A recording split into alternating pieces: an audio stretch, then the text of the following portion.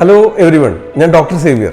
ഇന്നത്തെ വീഡിയോയിൽ ചെറിയ കുട്ടികൾക്ക്, അതായത് 1 വയസ്സിൽ താഴെ പ്രായമുള്ള കുട്ടികൾക്കുണ്ടാകുന്ന ചുമയും ശ്വാസം മുട്ടലും, ഇത്തരം രോഗാവസ്ഥയിൽ നിങ്ങൾക്ക് വീട്ടിൽ തയ്യാറാക്കി നൽകാവുന്ന ഒരു ഔഷധ പ്രയോഗം ഇവിടെ വിവരിക്കാം. ഇതിനായി അടുക്കളയിൽ ധാരാളമായി ലഭിക്കുന്ന മല്ലി, അരിക്കാടിയും ചേർത്ത് അരച്ചെടുക്കുക.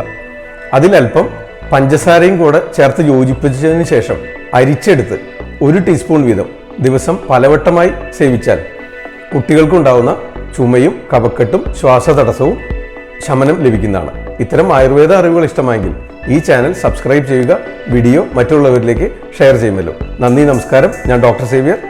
ആദ്യം ആയുർവേദം.